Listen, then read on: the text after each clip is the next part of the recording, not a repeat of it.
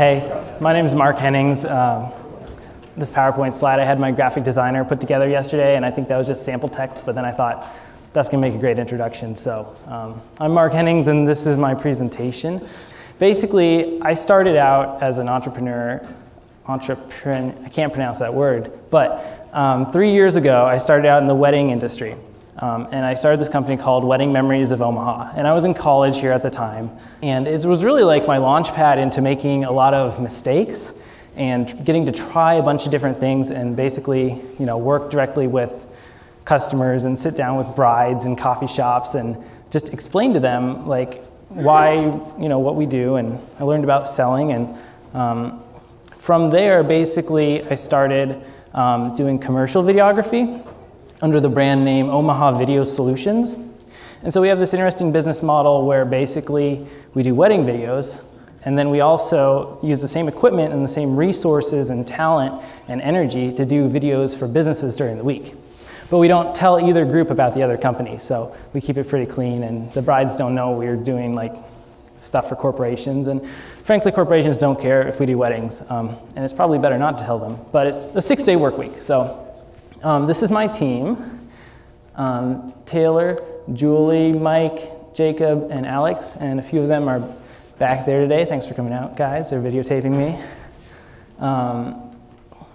And we took that around Christmas. It's our Christmas photo.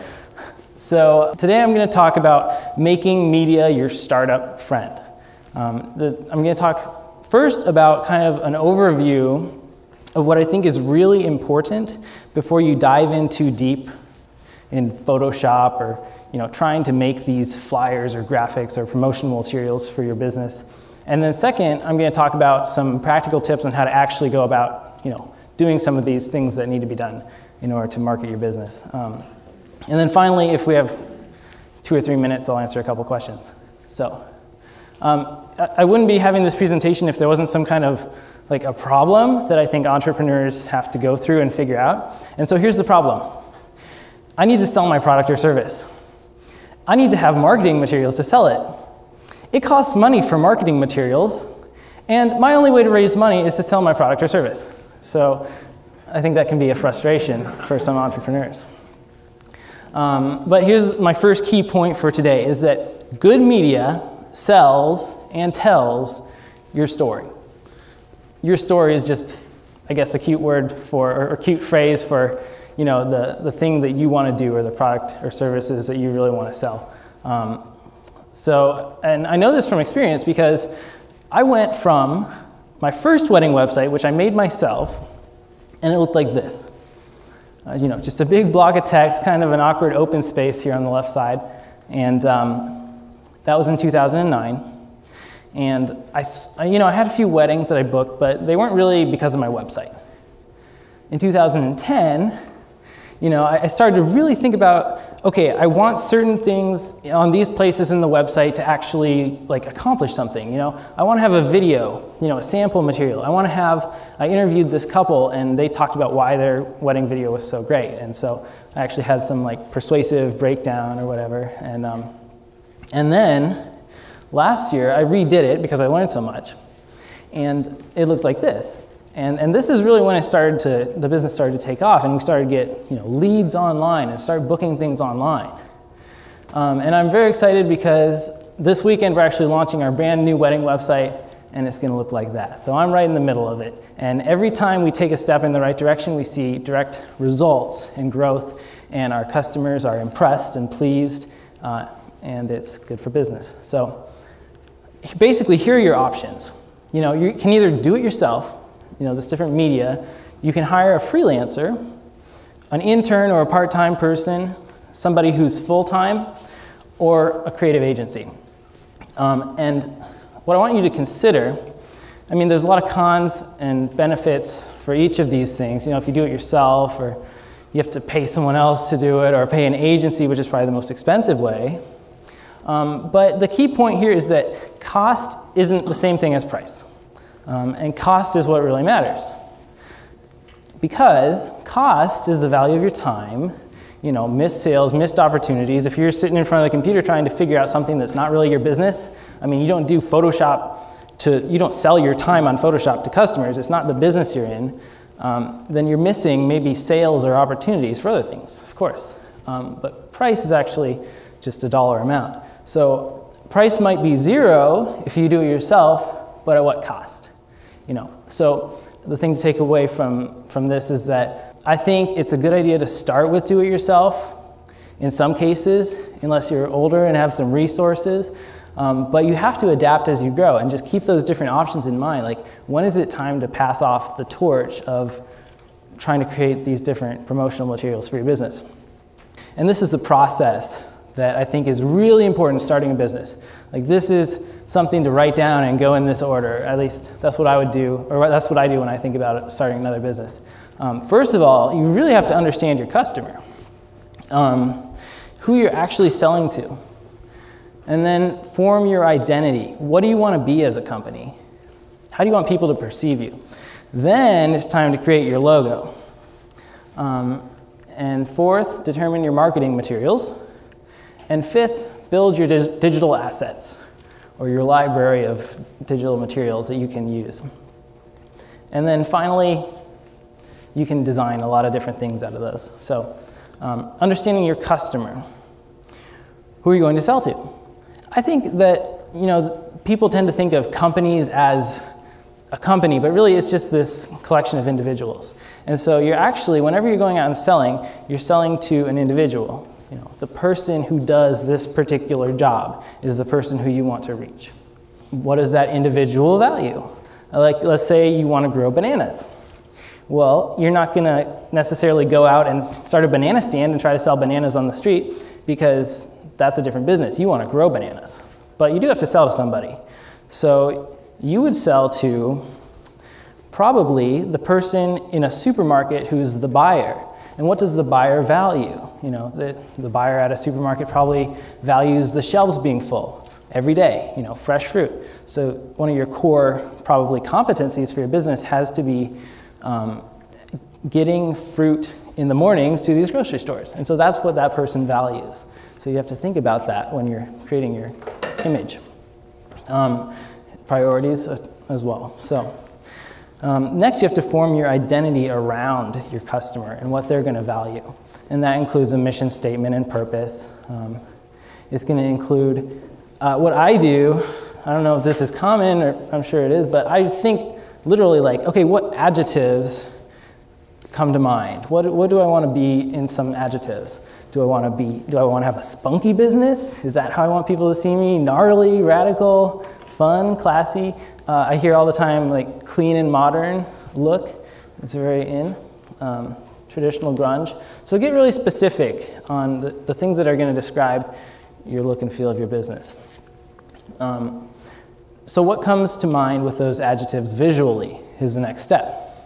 Well, with weddings, I walked through Target and I remember seeing like these sheets of paper for wrapping wedding gifts, and they had this like swirly pattern. I was like, that's elegant. I want my brand to be a little bit elegant. So then we took swirly doos and we used them on our website, and it was a good step in the right direction. Jagged edges, just some examples. So another thing you can do is just look at a similar brand and say like, okay, I want to be like Target, except I'm going to make computer chips or something, Like, if you're in a different industry, it's okay to borrow different ideas or different identities and then reuse them in your own unique way.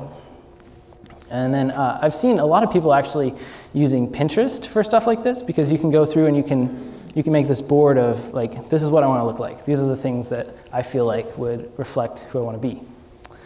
The next thing is to create your logo. And your logo is just your mark. Like, you put it on things that are yours, and then people see it. It's your symbol. People think of you when they see your logo, and it's going to go everywhere. It's going to go on everything. So, and it's not, you shouldn't plan to change your logo ever. I mean, it's okay to freshen it up after like a couple decades or so, like pop cans have been doing, but it's just not a good thing to change it on your customers, because then they don't, it's who you are. So, and this is one area where I would definitely recommend hiring a graphic designer or a firm to help you. And you're not looking at thousands of dollars. I mean, I got this done on the wedding one for, I think it was like $225, and I hired a freelancer. And I've used it since, and it's been a very powerful asset. It's much easier if you want to do something different or you want to change directions to actually change the surrounding look of your materials than to change your actual logo. You know, it's the thing that stays consistent as you grow. So what if you don't have a name yet? Maybe some of you are very early on with your ambitions. Well, if you don't have a name yet, there's a lot of different options, of course, which is part of the problem with choosing a name. There's self-branded names. You know, I could have been Mark Hennings Videography, but it's kind of hard to convince your clients to accept your employees to do the work when they're hiring Mark Hennings Videography. So I haven't used any self-branded names. But if you're a consulting firm, that makes a lot of sense. I've chosen mostly neutral names, you know, Omaha Video Solutions. It's not going to really turn anyone away. It's not very exciting, frankly, but I'm okay with that because we do, you know, we care about our work. So, and it's good for search engines, whatever. Hybrid names, I made that up. It's like, I don't remember what it was going to be. That's okay. Shoot. Internet startup names like Zoombinis. No, that was a great game. But you know what I'm talking about. Google, Yahoo, these fun different names. They're really in style right now. Just think about if that's going to be in style in 10 years or if you're going to sound ridiculous. I don't know. I can't give you an answer to that, but it's something to think about. Corporate names. I chose for our corporation to be called National Media Brands, Inc. We sound like a huge company. Maybe we'll grow into that. That's the idea. But we have different brand names under it, of course. And then domain names. I mean, if it's not available online, maybe you shouldn't pick that name. Determine your marketing materials. So what are you really going to need? I mean, you don't need everything. You need some things that are effective. You'll definitely need business cards in almost any business, a website, and letterhead. But are you going to need flyers and pamphlets and white papers and download ebooks, booklets, video, you know, different social media? It gets a little overwhelming, so just pick the things that are really going to be useful first. And then what do your competitors do? You shouldn't necessarily copy your competitors, but if you can get ideas from them or learn about the industry from them, then that's very beneficial. The next step is to just build your digital asset library.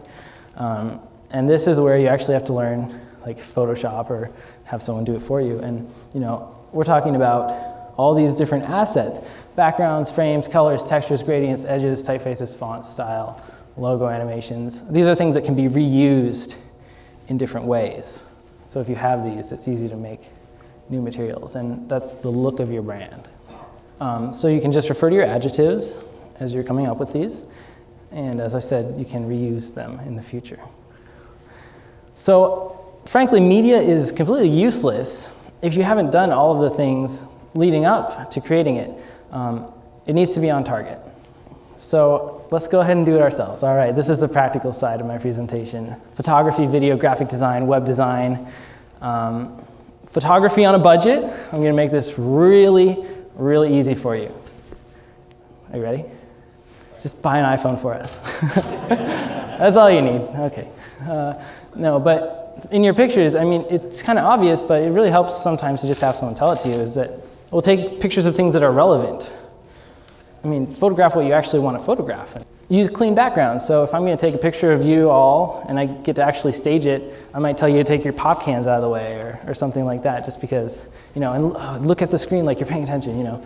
That's really good for your photographs. And then reducing dead space, and that's just like space that's not what you really want to show. You just reduce that. And then take photos of the things your business does. So put them on Facebook and your blog. This is a great way to use photos and maintain an active presence. And you can do it all from your iPhone 4S. So, and they can be reused. This is like a library of assets that are going to come in useful later.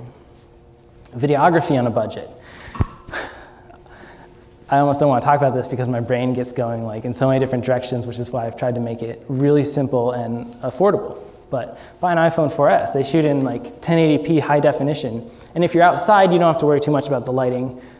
If you shoot in the shade, it looks better because people don't have to squint. But use a tripod, okay, if you're thinking about making a video. Clean backgrounds, clean everything out, just what you want in the frame of the video. Show things that are relevant. And then, you know, if you want to make it really sound good, audio is extremely important. So what you can do if you're talking about making a promo video for your business, just shoot all the different shots on your iPhone and then use a voiceover on a nice microphone on your computer, and you can get these for $50 online. And that's some technical information about your audio. I'm actually going to put this online, or I can send this presentation to you later if you'd like. My email's on every single slide, so feel free to email me for this. I'd be glad to help you out. You can buy royalty-free music online for $10 to $20 per track. That means you can use it anywhere, put it on YouTube. Stock vector graphics, like those cool swirly dudes I used on my wedding website, those are available online. You can purchase them like iStock They have cool symbols and stuff. And then editing software, I get asked this a lot, like, what editing software should I use? And I don't really know. I just use one software that's really good for high-end stuff, but I have used Premiere Elements and iMovie, and they're good for a basic video, so. Graphic design on a budget. Pick up a copy of Design Basics Index. The great thing about design books is they have really cool designs in them, so they're fun to read. So you might consider getting that little booklet. I found it useful. And I think I mentioned that in my last slide about the stock vector graphics available. And then stay away from clip art. Some clip art's actually pretty decent these days, but there's a lot, it's mixed with all the bad stuff. So I would just stay away from it and then purchase, you know, things that are going to be seen less often everywhere from a place where you have to pay a few dollars for it. So, and then if you're doing graphic design, something really basic is that just try to like line things up. If you're throwing a photo and some text, like just put them like on the same line, on the same level. And that's going to do a ton for the look of anything you create. If you just think about like, okay, well I have these two different elements and I'm gonna line them up. I'm gonna do that. Yeah, you'll look at it and just enjoy it more. So graphic designers commonly use something. It's a grid system. It's just a bunch of lines. All right, nothing fancy. And then if you're struggling with what font to use, just use Helvetica or Arial. That's so ridiculously common for a clean and modern look is Helvetica font. You see it everywhere if you watch the documentary called Helvetica. It's very enlightening. And then crowdsourcing, you can actually, if you have a project, you can actually go online and post it, and then you'll get like 5 different designs back, you know, in a day or two, or more than that probably. You just post your budget and that type of thing, and you get things back. I use this for voiceovers, but you can do it for almost anything that can be done at a distance. Negative space is like open space, and there's nothing wrong with that. If you have this like design and you're tempted to like, oh, there's this open space, I need to put some clip art in it or something, just don't. Just leave it. It's nice. It's okay. See this space? Yeah, that's okay. And proposal templates, basically, you know, a lot of businesses you have to write proposals. And so just create a letterhead with your logo and then put the other company's logo on it. Write your persuasive materials and maybe add a cover letter if it's a big deal. So web design, what I do with web design is I draw actually a layout on a sheet of paper with a ruler. And it's not perfect, but that's how I get to thinking, because it's easy to get bogged down with the technical, you know, software you're trying to use and that type of stuff. And then pretty much just use a .com name for your business, unless you want to be cute, like youtube.be or .ly sites, you know. But .com, stay away from .net. All right. And then so I also recommend for web design, I mean, it's a ton of stuff to learn. So unless you have some background experience in it, you're probably going to be struggling with web design. I don't try web design anymore. I pass that off right away. And just make sure that your website uses WordPress and Google Analytics. And those are both going to be really important foundational things for your website. They're going to let you add content easily. And there's so much to say about both those things. But, and then as far as search engine optimization, I talk to a lot of my clients about this, and what my advice is that just write good content that people are going to enjoy reading. Don't, repeat keywords and phrases and stuff. You want to use those words, but it's more important that people actually like your website than search engines finding it. But they will find it because search engines get smarter all the time, and they're going to be smart enough that they're going to read it like a person. And if a search engine thinks your content is boring or trying too hard, then yeah, it's not good. But I guess my key point in all of this, going from do it yourself or to hiring somebody else to do it, is just do something and don't get bogged down. Just move. So.